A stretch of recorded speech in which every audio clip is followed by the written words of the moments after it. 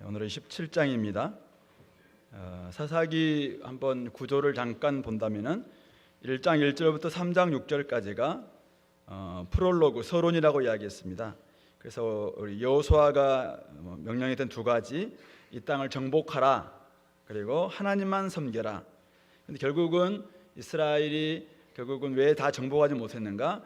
여호와만 섬기라는 그 명령에 불순종함으로 결국 땅 정복에 실패했다라는 부분들을 우리 서론에서 다뤘습니다. 그리고 3장 7절부터 16장까지 12명의 사사들을 우리가 한번 살펴보았습니다. 대단한 사사도 있었지만은 대부분 우리처럼 연약하고 미약하고 또 부족한 그런 사사를 통해서 하나님께서 어떻게 일하시는가, 그런 이야기들을 우리가 살펴보았습니다. 그리고 오늘부터 우리 5번에 걸쳐서 17장부터 21장은 에필로그, 즉 결론 부분인데요.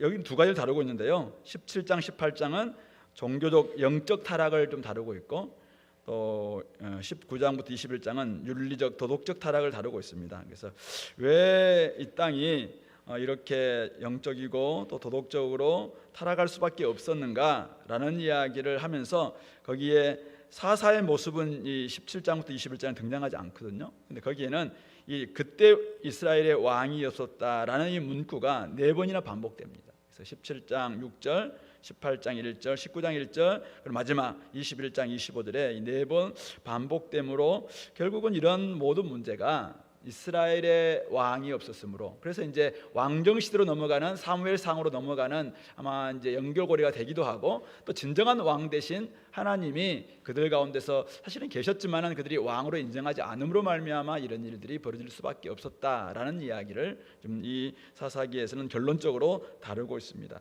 그래서 오늘 먼저 두 가지 이야기를 다루고 있는데요. 미가의 가정 이야기가 먼저 1절부터 5절에 나오고, 그럼 7절부터 13절에서는 미가의 가정에 찾아온 레위인 이야기입니다. 그래서 이 이제 한 집에서 일어나고 있는 이야기인데, 이 두 가지가 지금 같이 연결되어 있습니다.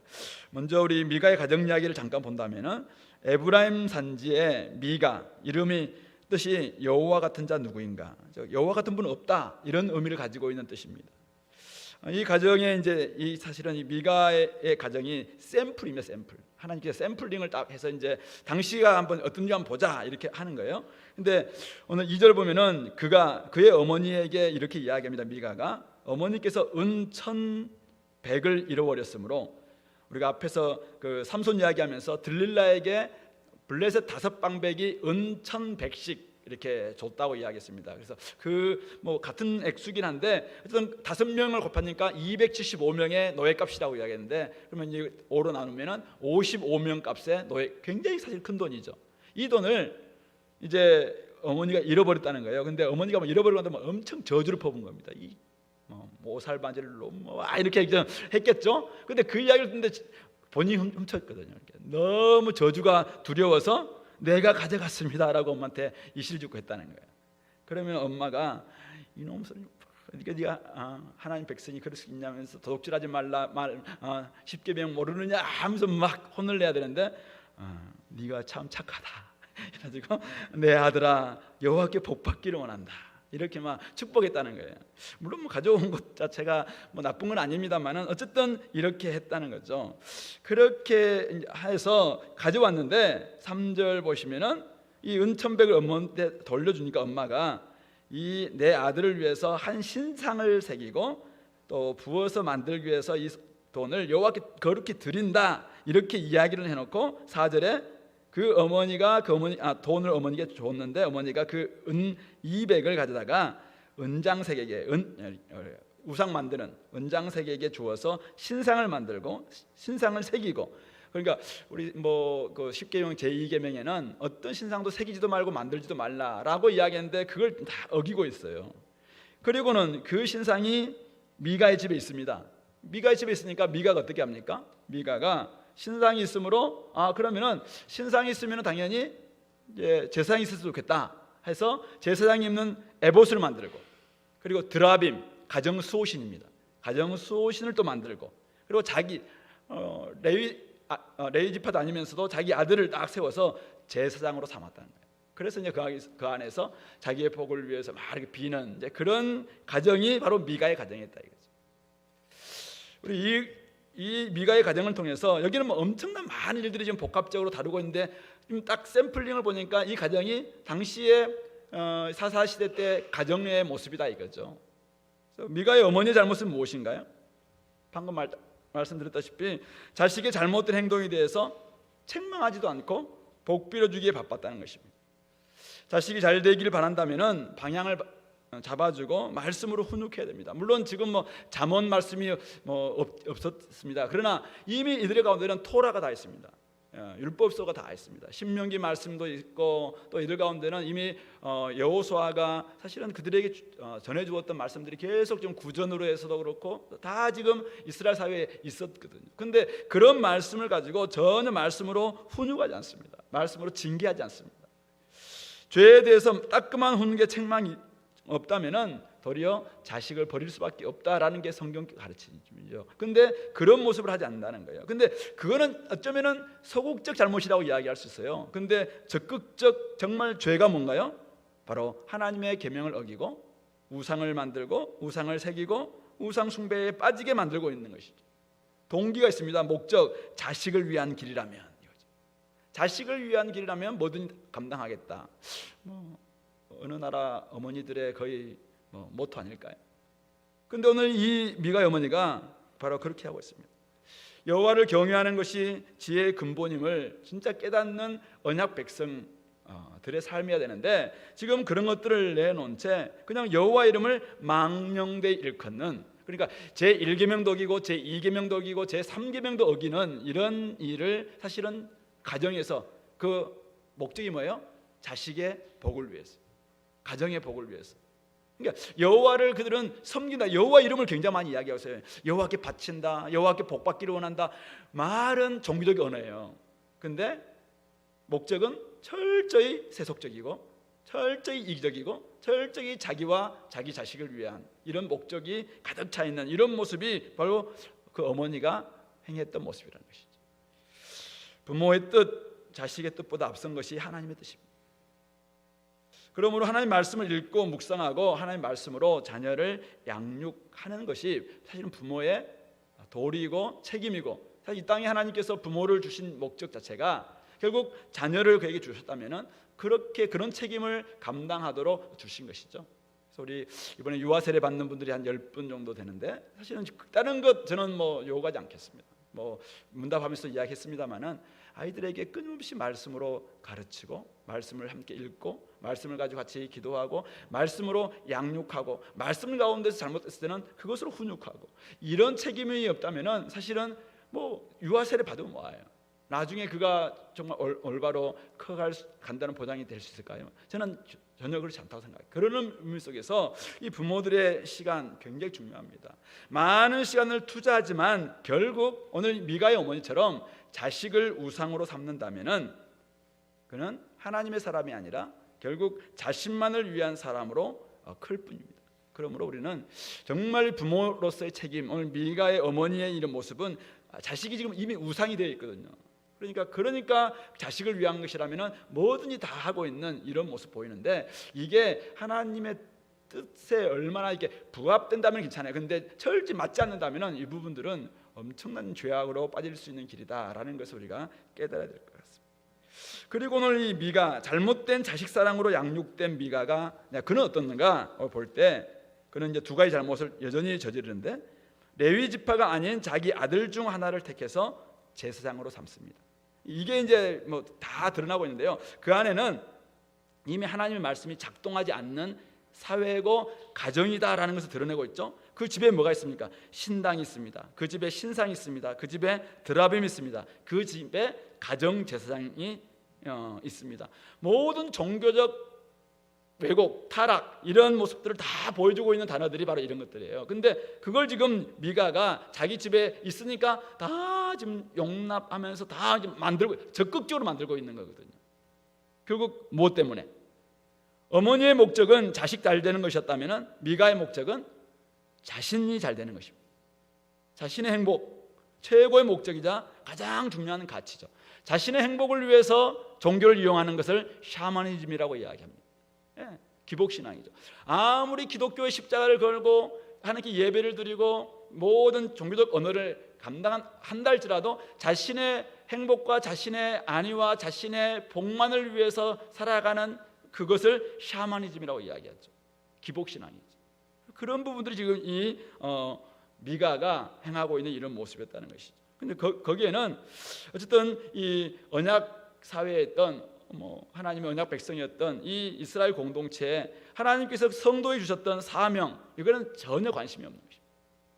오로지 자기의 또 자기 가정의 행복과 안위와 평안만을 추구하는 종교, 이방 종교와 전혀 차이가 없는 그냥 기복적인 종교가 될 수밖에 없다라는 것을 보여주고 있는 것이죠. 다른 사람을 위해서 존재하지 않는 기독교, 생각할 수 있습니까? 이타적인 사람을 양산하지 못하는 기독교, 그건 기독교라는 이름을 붙일 수 없어요. 하나님은 왜 이 땅에 기독교 예수 그리스도를 보내시고 이 땅에 우리 복음을 주시고 기독교를 이 땅에 허락해 주셨습니까? 결국은 철저히 죄라는 것이, 우리가 몇 번 이야기했습니다. 죄는 자기 중심주의라고 이야기했습니다. 자기밖에 모르는 사람으로 살아가는 것이 죄라고 이야기했습니다. 하나님도 모르고 하나님 창조한 다른 사람도 모르고 다른 사람들을 위해서 살아가지 않는 그런 삶이 죄라고 이야기했는데, 자기의 마음의 원함과 육체 욕심대로 살아가는 것이 바로 죄입니다. 그런데 그런 것을 계속 양산하는 종교가 기독교라면 그거는 이미 죄의 종교가 될 수밖에 없습니다. 그는 이기적 종교가 되기 때문에 결국은 사회를 구원할 수 없습니다. 다른 사람들을 구원할 수 있는 종교가 아닌 것이죠. 그런 종교라는 것은 세상의 빛이 될 수 없고 이방의 빛이 될 수 없고 열방의 빛이 될 수 없습니다. 그것은 샤머니즘 기독교가 될 수밖에 없습니다. 그것은 이기적 기독교가 될 수밖에 없죠. 그런 기독교를 하나님은 쓰신 적이 없습니다. 자기에게 있어서는 행복을 줄지 모르겠습니다. 그러나 하나님께서 기대하시는 것은 그것이 아니라는 것이죠. 이기적 욕망의 발로일 뿐입니다. 그래서 그런 것에 대해서 사실은 세상 사람들은 굉장히 욕하는 것이죠. 야, 너희들이 예수 믿는 사람들이 그렇게 하려면 왜 너희들 우리와 다른 점이 뭐냐, 이렇게 이야기하는 것이죠. 그러므로 오늘 우리가 이 가정이 사실 이런 모습도 보이는 것이 철저히 하나님의 언약과 하나님이 이 땅에 교회를 또 이스라엘을 어쩌면 언약 백성을 주신 목적과 너무 맞지 않다라는 것을 우리가 깨닫는다면 오늘 우리가 우리 가정을, 우리가 믿는 이 종교를, 기독교를 어떻게 또 이렇게 세워가야 되고 건강히 만들어가야 될지, 이런 것들을 다시 한번 돌아보는 기회가 되기를 바랍니다. 두 번째는 7절부터 13절에 나와 있는 미가의 집에 온 레위인 이야기입니다. 그는 유다 베들레헴에서 거류하던, 그래서 거주할 곳을 찾고자 에브라임 산지 미가의 집에 이르렀다, 이렇게 기록되어 있습니다.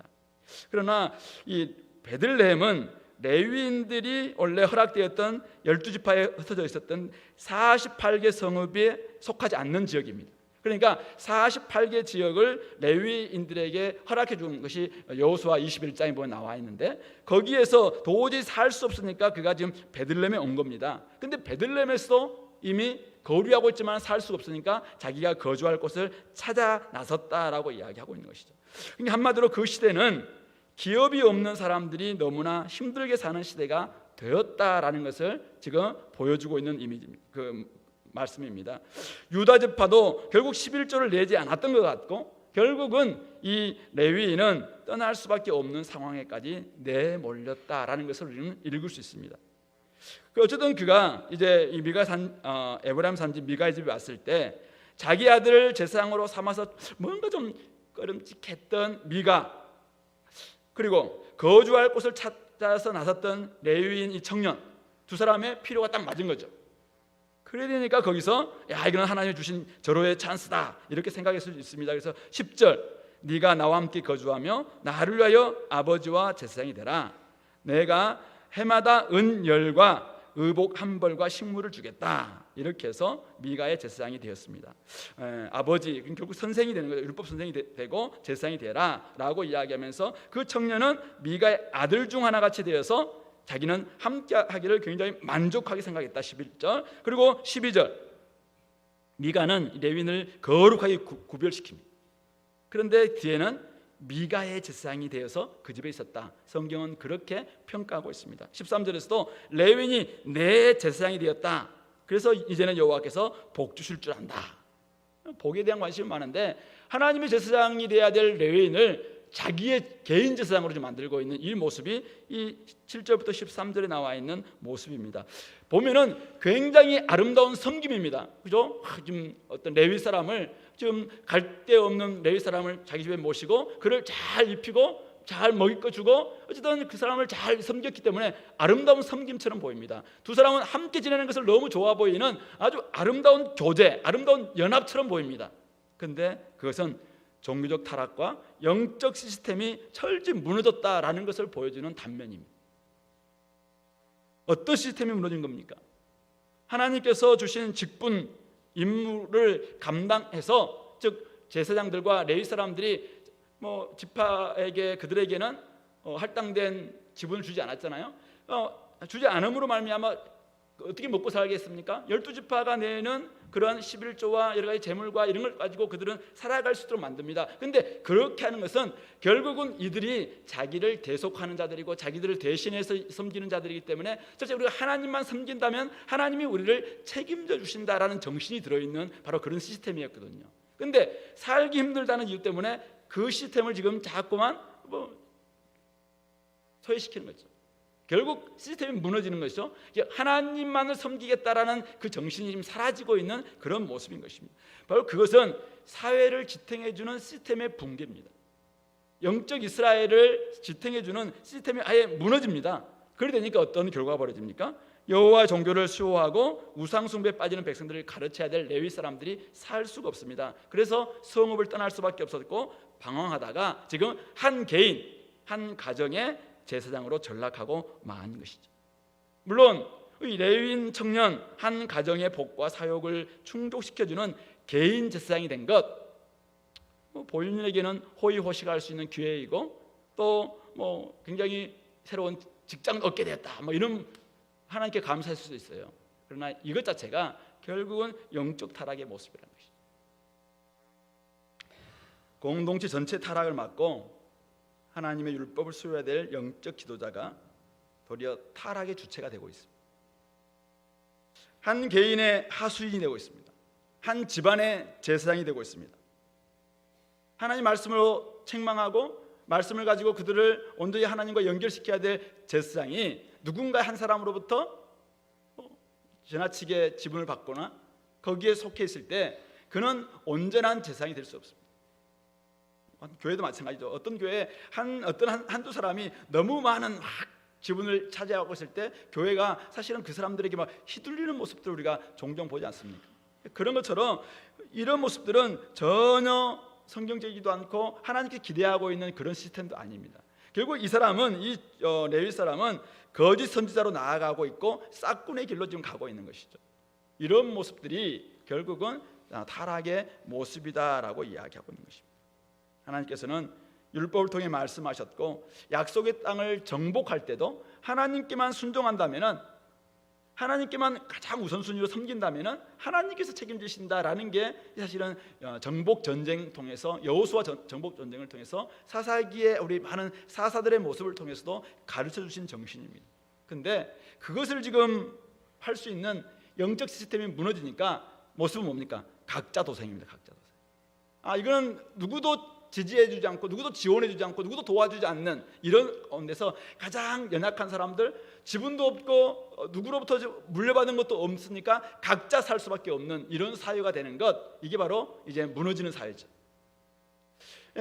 특별히 우리 여기는 드러나지 않습니다만은 힘없고 돈 없고 백 없고 이런 사람들, 과부, 나그네, 이방인들, 이런 사람들은 이런 사회에서 살아낼 재간이 없는 것이죠. 그런데 하나님은 율법에서 철저하게 그런 사람들을 보호할 것을 다 말씀해 주셨는데 사회에 어렵다는 이유 때문에 시스템 무너지니까 이런 사람들이 살 수가 없는 이런 사회가 될 수밖에 없다는 것이죠. 결국은 기독교가 세상을 살릴 수 있는 우리가 유일한 소망이다라고 이야기할 때는 기독교 사실 이런 시스템이 살아있기 때문에 그렇습니다. 이렇게 할 때 하나님이 우리의 삶을 책임져 주신다. 그러므로 우리는 철저히 이타적인 삶을 사는 것이죠. 다른 사람들을 위해서 섬기고, 다른 사람들을 위해서 돕고, 다른 사람들을 위해서 기도하고, 다른 사람들과 함께 살아가고, 이런 모습이 돼야 돼요. 여기에는 가장 먼저 우선순위가 바로 하나님이 우리의 삶의 우선순위다. 그래서 하나님만을 섬긴다. 그러면 하나님이 우리의 삶을 돕는다라는 이 기본적인 철학, 기본적인 가치, 기본적인 기준이 있는 것이죠.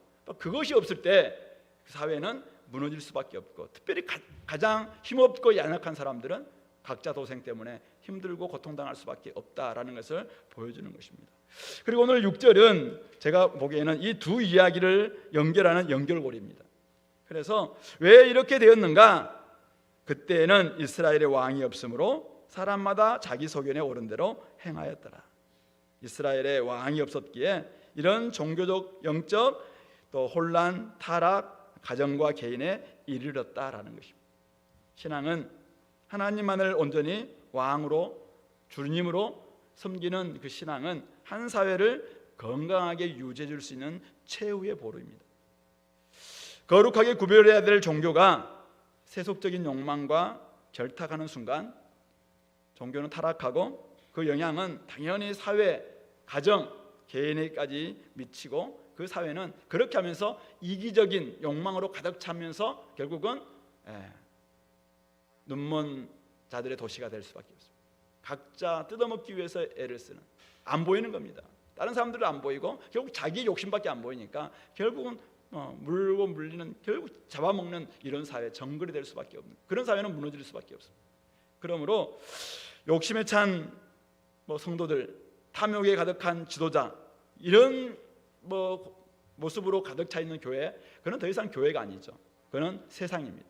그래서 우리 공동체를 한번 우리는 스스로 돌아봐야 되고, 우리가 꿈꾸는 공동체 돌아봐야 되고, 우리가 정말 소망하고 있는 가정 한번 돌아봐야 됩니다. 그래서 우리 각자가 자기의 욕망과 욕심과 탐심으로, 탐욕으로 가득 차 있는 이런 모습으로 우리가 기독교를 이용하는 순간, 아무리 기도를 오래 한들 그 기도는 샤머니즘 기도입니다.